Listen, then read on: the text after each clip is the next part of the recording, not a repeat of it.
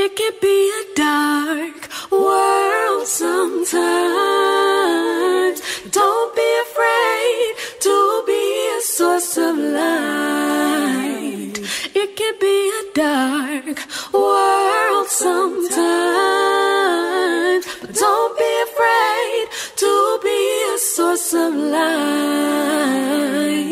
Peace, good people. Peace. Welcome to another episode of Soul Affirmations with Felicia and Karega. With Karega and Felicia on the Black Love Podcast Network. Now, Riga, before we get into what we wanted to talk about today, I just want to let the people know about this project that's out right now that's focusing on Black fatherhood.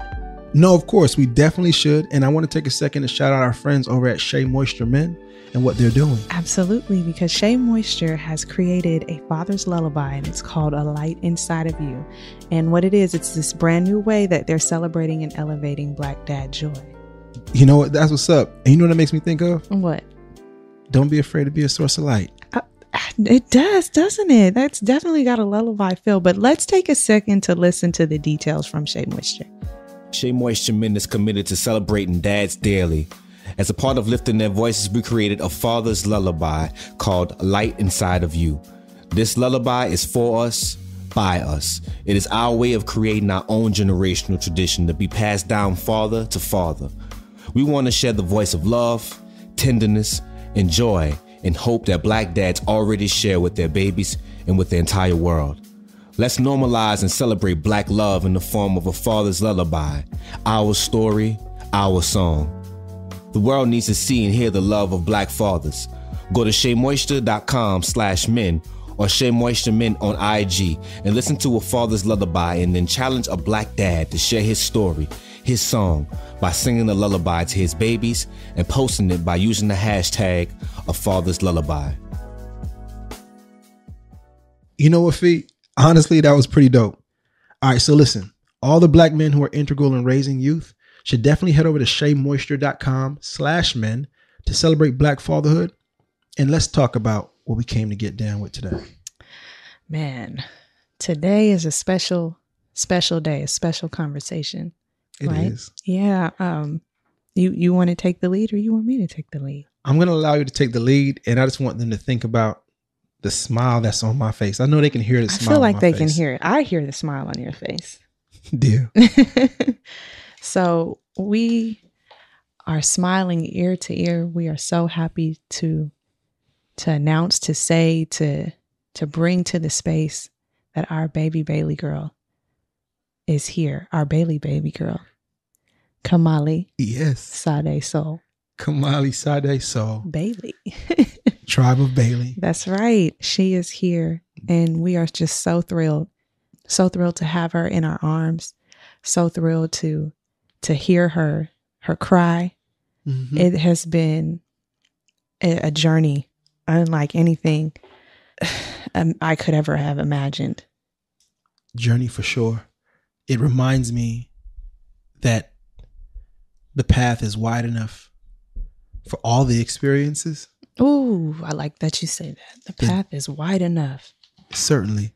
For our joy, for the smiles that you hear, for some of the other nuances that have come up that literally had no way of anticipating, no way of knowing what's around the curve. So yeah, I want to share some of those experiences, being present.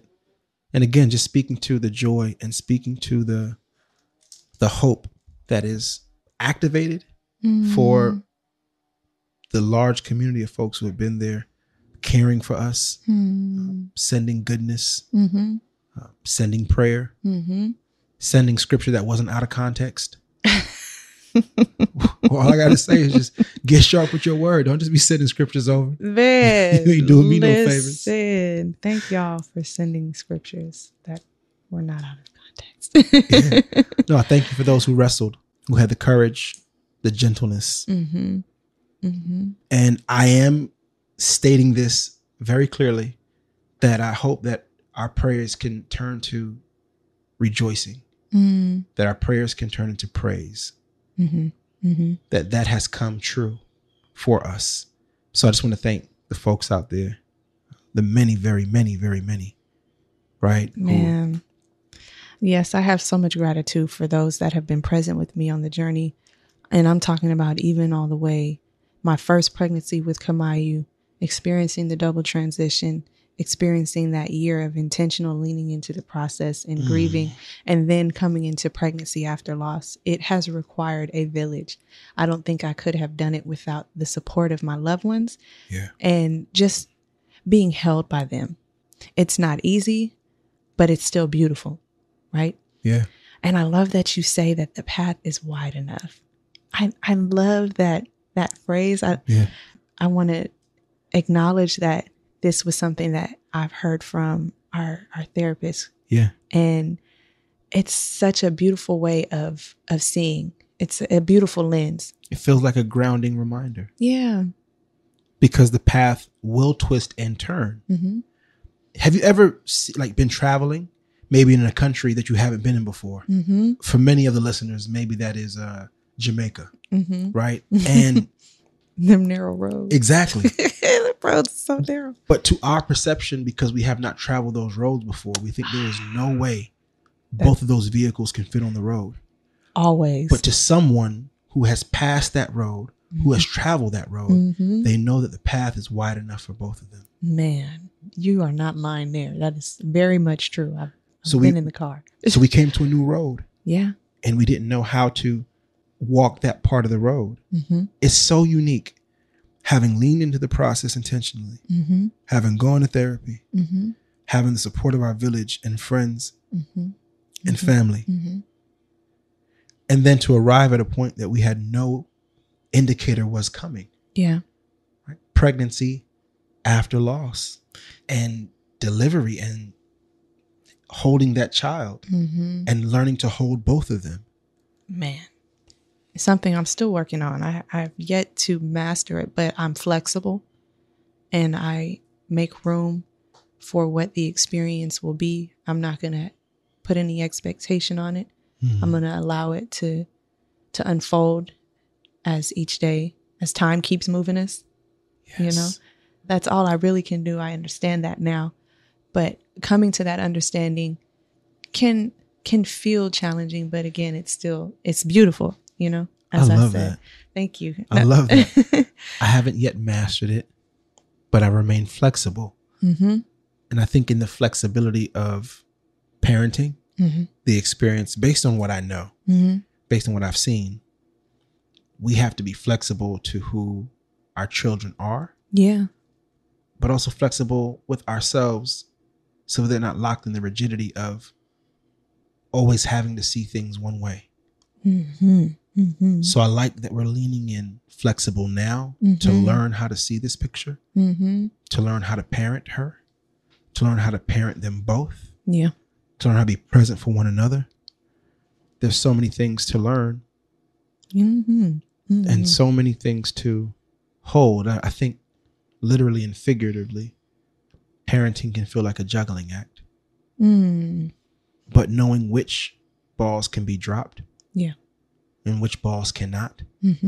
For example, a ball that I drop and I'm okay with dropping, okay, is when an unscheduled visit comes, right?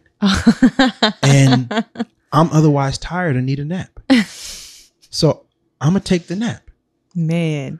But really, learning how to do that, learning how to center your wellness so you can be present for your child, is an experience that speaks across the spectrum. And that was just one place I practiced it. Right. But I felt so good and so courageous to practice that, where I otherwise would have thought I had the responsibility to host. Man, I was feeling that pressure too. And what? And what do you, and I what told, I do? You was already on the path for a nap. You were already in the room. In the dark, you were ready for that nap. And I had to make a decision and I think the decision was harder on me that day because I was in the common area. Okay. And we had our folks over and I was like, all right, look, y'all, I know that ordinarily I would be present, but I'm gonna go upstairs and get this nap real quick. And I went up there and I took that 2-hour nap and I felt so replenished. And when I came down, we had more visitors. And I went to find Karega and I said, Rega, did you nap? He said, yeah. And then we had more visitors that night. So I'm so glad that we stood up for our wellness. Yeah, because we had visitors. Stood up. And sometimes you got to sit down to stand up. You got to sit down. For your wellness. Okay. Man. No, but really, this all comes from the juggling act. Yeah. Of what parenthood feels like. And then you realize it's just you. You're in the kitchen. Mm-hmm. You got the baby. Mm-hmm. I'm trying to make a bottle. Mm-hmm. And I'm literally real time juggling, right? Right. What I can drop is the bottle without milk in it, of course. What I can't drop. Yeah, don't waste my milk. What I can't drop is the baby.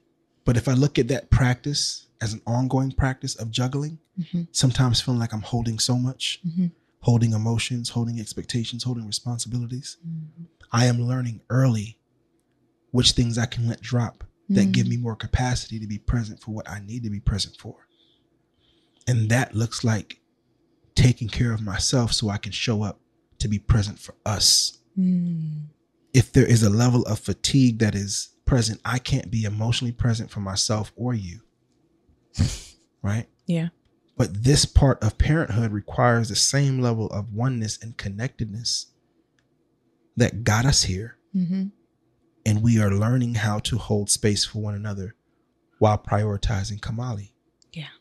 So I just want to acknowledge that it is all those practices that indeed make the road path wide enough for both of us. But there's so many different layers to this experience. Yes. Yes. And I want to talk even more in depth about what pregnancy after loss looked like for us, the road specifically, why we made decisions to not share right away the pregnancy. And I actually remember when I was looking for reference and I'm searching on social media for other mothers who had had an experience like mine, I found later that these mothers, those angel mothers, they later became pregnant again. And I remember witnessing it through social media and thinking like, man, why did they wait so long to share this pregnancy? Like, I wanted to know more about what the experience was like, as like we shared initially, right? Like when I shared our pregnancy, we announced it. We were 5 months. And really, like, I wanted to be on that ride with them to see, you know, how they were processing in real time. And then I became pregnant and I realized, oh, okay, this is actually why they don't share. There are fears that come up. You compare to your previous experience. And I think what happens for me is I am revisiting the thoughts that I previously had. I am revisiting like conversations and thinking about all of those things that were present with Kamaiu and wanting them to be completely different now, because I had this idea that maybe if I don't know, I want to be very clear on what this feels like. So I'm going to take my time with it and bear with me. You're doing well. Thank you. What I noticed is I may have had a thought with Kamaiu, or say I was doing things a particular way with her. I wanted to make sure that I'm not doing it that way with this pregnancy. And it was this idea that I could maybe control the outcome, because I was doing things a certain way with Kamaiu and having an expected outcome, and I didn't have the outcome that I expected. So now it's like, okay, I'm going to do everything differently. I'm not even going to think about it the way that I was thinking about it before, because maybe I can will myself to have the outcome that I really want. Does that make sense? Yeah. And so part of that, what that looked like was I didn't want to share with people, because I honestly thought that maybe if I had too many thoughts on my pregnancy, that it could impact whether or not I had her. And I would still have her, right? But whether I would have her differently or not. So it was this fear that, okay, if I have a bunch of eyes on it, it's going to impact She may not make it, right? Wow. It's this fear that I could even alter the journey with different thoughts.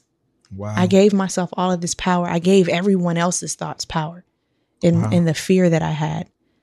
Man, even like just, we talked about the scriptures, these out of context scriptures. I even feared those. I didn't want to hear that. I cringed at that. Right. Wow. Wow. All of these things that come up that are able to be, the path is wide enough for them as well. But I recognize and realize that I wanted to, I guess, grab hold. I try to control, you know, I try to have a little bit of control.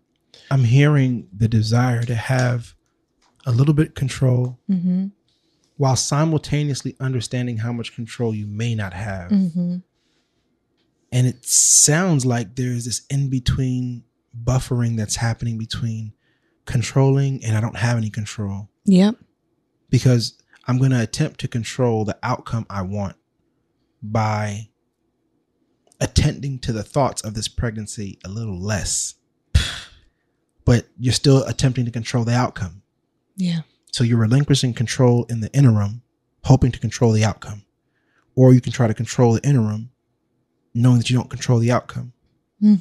And all of this is just lived experience trying to make sense of it all, right? Because we don't, the thing about our loss is none of it's still no sense to be made. So you don't know what causes and what doesn't. Right. But it sounds like an incredibly challenging space to be in, to have to function under those operations. Yeah.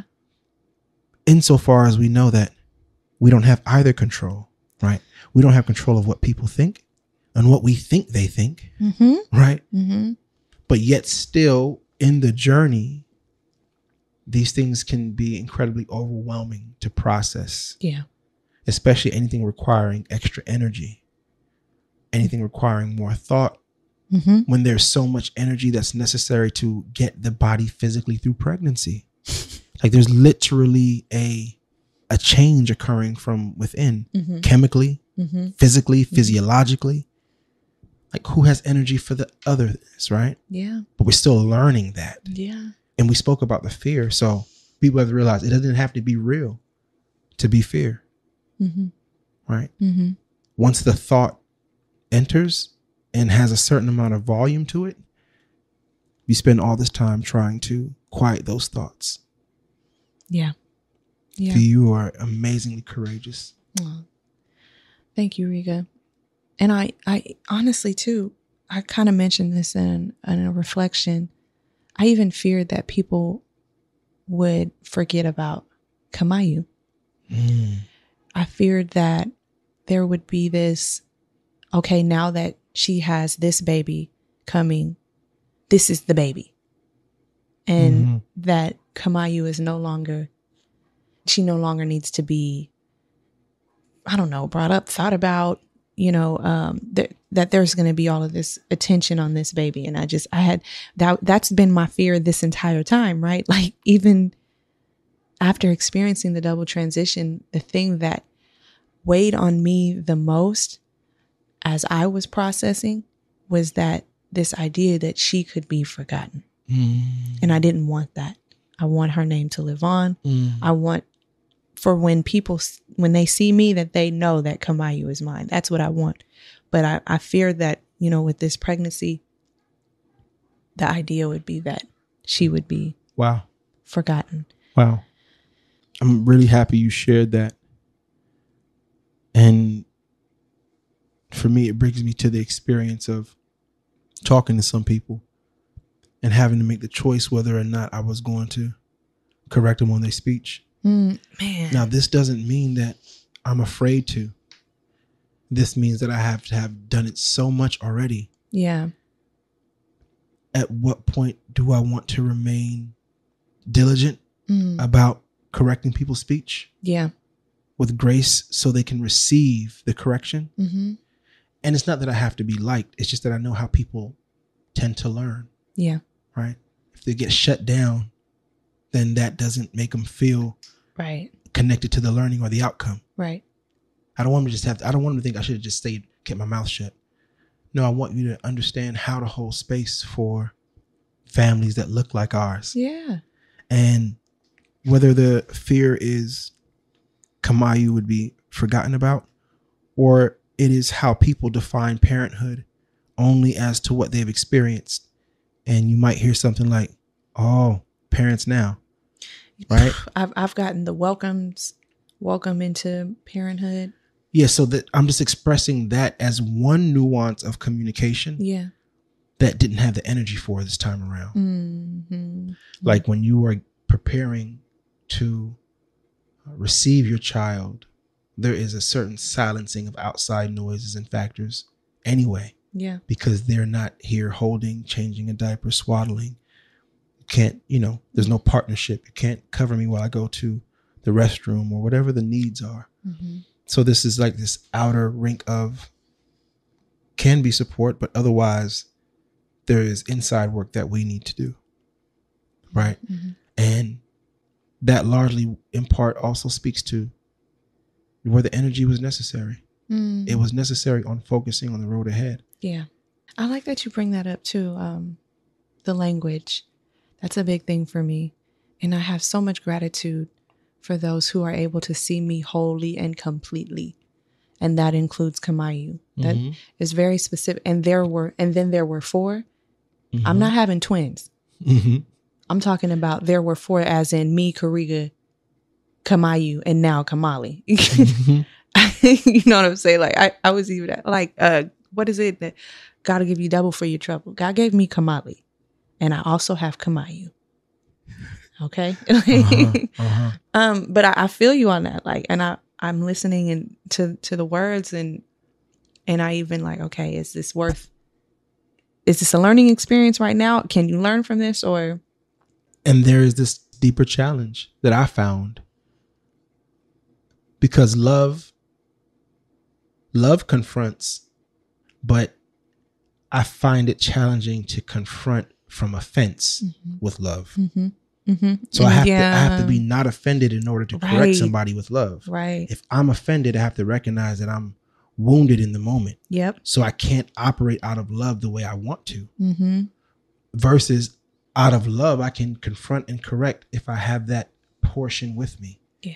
Living in the frequency of love becomes this greater challenge, not just this romanticized place, but a challenge where I have to investigate my thoughts and my actions and where my words come from. Mm-hmm. Mm-hmm. Right. And when I have to investigate where my words come from, I realize that there is a space, a grace that I try to extend to all people, whether they have the language or not, whether they have the articulation or not. So I also try to look at the way people show up, even if their language was off. Yeah. So I could see them as someone who means well, but may need to grow in how they express their love for my family. Because my offense didn't give me power. It doesn't make me magical to walk around offended or walk around right. And offended. Right. That's not the posture of love that I want to stand in. So while I also speak about maybe people who have mislanguaged our family, miscounted, or however they want to, deliver their congratulatory response, my self-work became not a battle of them and what they're saying, but for me and do I know who I am? Yes. And if I know who I am, and I know what my experience is, then I can rest assured in that. Yep. And that's why we require the time to do the work. That's why. That's why we lean into the process of it. Yes. I needed that time. Absolutely. I can't even imagine not having had that time and journeying through pregnancy after loss again. I mean, no, not again, but journeying through pregnancy after loss and not knowing fully of who I was, who I am, right? And the nuances that would have carried. I'm so grateful that I was able to know. Not to cut you, but the internet is no place for you to not know who you are. Gotta know who you are, especially with this, man. Yeah, you can't share before you know who you are. I do get about being open in the process, But process does not speak to identity yet. Yeah. You can still have identity and still have to go through process. So I'm going to go through the process once I know who I am. Yeah. But it took some time for us to get to know who we are in this space, in this identity, separate of outside noise. Yep. Right? Yeah. Because even if it's love, we have to be careful. The great poet Kevin Allen writes, right? Never confuse love with attention. To speak that very clearly in the sense of, yes, there has been so much love and congratulations, but deeper than that, there are those who know how to hold and those who desire to hold. Yeah. And love can't miss. Yeah. We don't need the internet to know that love is real. Love can't miss. It I cannot. like that. It cannot. So we needed not to have, the sizable attention while trying to figure out identity. Right. I mean, understanding and knowing who I am as an angel mother, so incredibly important. Understanding who I used to be, it's actually not a past tense. I still am who I was, but I am her and more. There you go. I needed to know that. I needed to understand that. And so I'm grateful that we took the time that we needed to announce, to share, because I had to fully understand who I was, all of the fears, all of the joy. I had to lean into the experience. I had to be flexible with myself. I even had to understand, because I was asked, so how do we regard the Kamaiu with Kamali? Like, how do you want us to experience? And I was able to see, in me taking the time to understand who I am, I was able to understand that I have 2 children now. So when you think of Kamaiu, you think of her as her own, like she is my first child. And you think of Kamali as my second child. They're my children. One does not eliminate the other. That was another fear that I had, that people would think like, okay, if you have this baby, this one is going to eliminate. No, it's not a replacement. Yeah. It's who I was before and so much more. And so much more. I got 2 babies now. I think we make room for more. I think our 2 babies have made room in our heart for more. I also want to speak to like this idea that fathers who have daughters, we have to be very protective and aggressive and let people know, right, not to mess with our daughters. But based on how I've seen the world work, there's no level of toughness that I can have in one person to protect her in the world more than my work is to affirm her and her identity. Right? To bless her daily. Yeah. To learn her daily. To learn her daily. And to bless that and to affirm that in her. And to bless her daily and to get her, for her to know where her strength comes from. Yeah. So it's been a unique experience coming into like this idea of protection, but me knowing what is ahead of you in this world, no one can predict.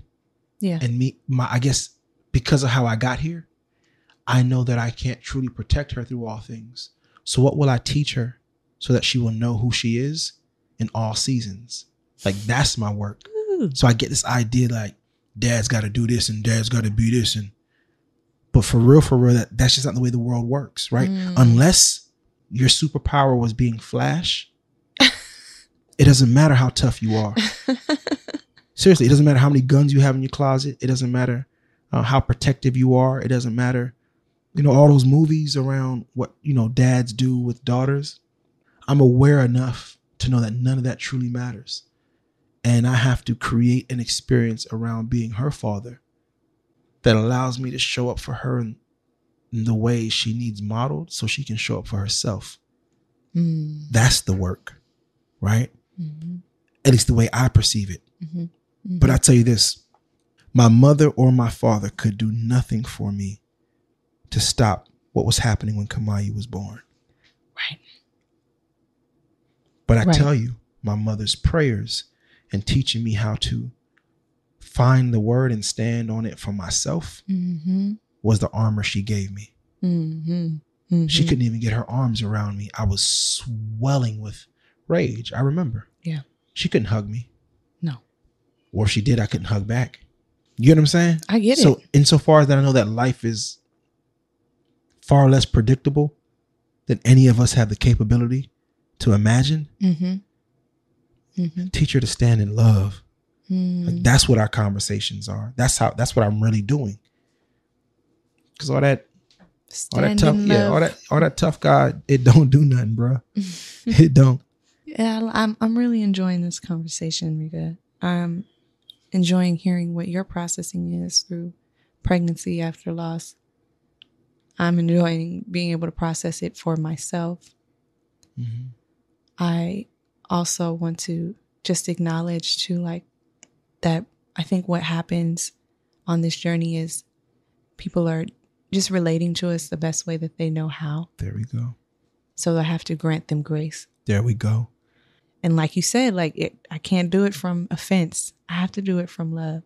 I recognize that the dominant experience in parenthood looks the way that it looks right now, that we're having it with Kamali. Yep. But I also have a parenthood experience with Kamaiu, and I'm still learning her. Yep. I'm learning things differently about her with Kamali. Yep. And again, just being flexible and allowing myself to learn from the experience, to learn from both of them. That's one thing I definitely want to make sure that I keep on this journey, is that I keep the lens of being willing to learn from them. That's so important. I love the way you present that. Keep the lens of being willing to learn from them. And I similarly have to keep that lens of being willing to learn from all of you, right?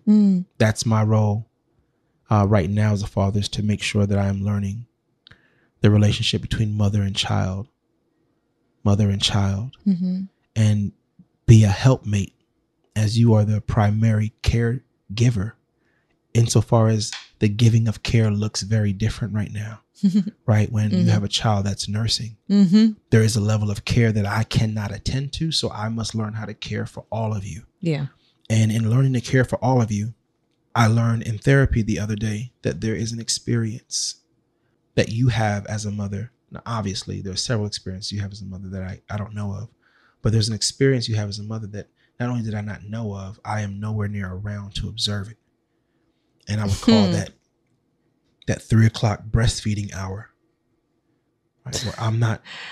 He's not there. he's snoozed. I'm asleep, getting ready to start my shift. Right? Yeah, he does have an early morning shift. I'm grateful for that. Mornings. Yes, thank you for that.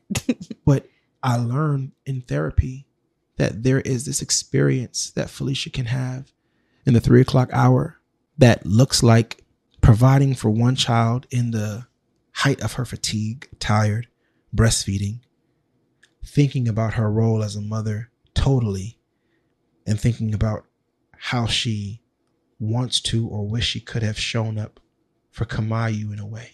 Yeah. And when I heard that in therapy, I literally sat in awe that there was an experience that I knew nothing of. Now I call myself your partner. I tell you, I tell the world that I love you deeply and dearly. Mm-hmm. And yet there was this experience in your walk of parenthood and grief that looked nothing like mine. I knew nothing of it. So I just want to make room for that I learned that. And I am still learning how to support you in that, because your body keeps the score. Thank you. And just as you're saying, I'm still learning it myself. I'm grateful that I'm able to have the conversations out loud with you about the experience. It has been nuanced. I feel like I use that word a lot, but it's the word that best fits grief. I see Kamali and I see Kamaiu. Mm-hmm. And so I'm having this experience of, I think when you have a child after loss, it's natural for the thoughts to occur where you are trying to, you're looking at the child in front of you and you're like, man, I wish I could have had these experiences. Now all the experiences are making sense almost. It's, you know what, you kind of talked about it once. I think you mentioned it even in the Black Love interview. It's like we never had a chance to hear her cry. Hear her cry or see her take her steps or... Yeah. So in experiencing her, even nursing her, it's like, wow, it reminds you of the things that you didn't get to have. Wow. And you have to grieve that as well. You have to grieve it again. And I think even things will come back up again that you may have to work through. But, well, and I won't put it on anyone else. This is my experience. And like I said, I have to be flexible with it. I also want to give you acknowledgement that this is just not because of your mind, right? It's not just your mind missing a thing that you haven't had or wanted to have. Your body went through 2 pregnancies. Yeah. And you know, and your body knows that this is your second child. Yeah. Like your body and you know that. Yeah. And I'm glad that you mentioned that, right? It's not just my mind. Like my body is keeping the score, but it's also important to note that in my experience, I've received messages that have said, okay, you have to think about it this way. Just think about it positively. But no, I want to acknowledge that my experiences inform what I'm feeling. Mm-hmm. Like I'm aware that what I experience shaped the way that I process. Yeah. And how I'm thinking of things and the fears and all of those things that come up. And so I will lean into that, acknowledge it, accept it for what it is, and again, be flexible with it, grant myself grace because of it. Absolutely. Yeah. It's not someone else's roadmap. No. You're pacing. Yeah. You have to be mother to these children. Mm-hmm. We appreciate the village.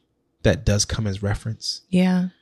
But being positive as an outlook does not exclusively speak to where you can get if you are willing to be truthful and thorough and even sad sometimes. At least the joy will have contrast. And I like a nice contrast. I don't need anything to be one way all the time. Love is what I'm pursuing at all times. Even through the pain, even through difference or indifference. But love is the mark. I absolutely love you. I love you. I absolutely love Kamali. I love her too. This journey, just beginning, I'm sure will render so many other learning points and reference points. I'm just committed to learning them all in love. I look forward to doing that. I look forward to continuing to process with you as we continue to walk down this road. Angel parents. We're still angel parents. Absolutely. Yeah. It looks like you're looking for an affirmation. Yeah, but the truth is, like, certain affirmations always call me back. Okay. They always do. Okay. And the one that calls me today. I like this. Karega's picking the affirmation today. Go ahead. Well, it's this one here. All right. This is what I have to tell myself. Okay. So that I can show up in love. Okay. Today I'll be kind to myself and others through the practice of patience. Yeah. I will breathe deeply to commit to this intention. Today I will be kind to myself and others through the practice of patience. I'll breathe deeply to commit to this intention. Thank you. You don't got to be right. Mm-mm. You just got to be love. Ooh. Thank you. We thank y'all for tuning in. We thank y'all for engaging with us and celebrating the birth of Kamali Sade Sol Bailey. Tribe of Bailey. Fee, thank you for your courage, your honesty. Thank you, Rika. And the way you show up. Thank you to all the listeners. Please continue to engage with us. Yep. Ask us questions. Yep. Rate. Thank you for the reviews. We've seen the reviews. Yeah. We really appreciate the time that you all have taken to even write to us. We see it. Thank you for listening. Thank you for being a part of this community. Thank you all. Tell your friends to follow. Yes. Tell your friends to listen in. Appreciate y'all. With you always. Peace.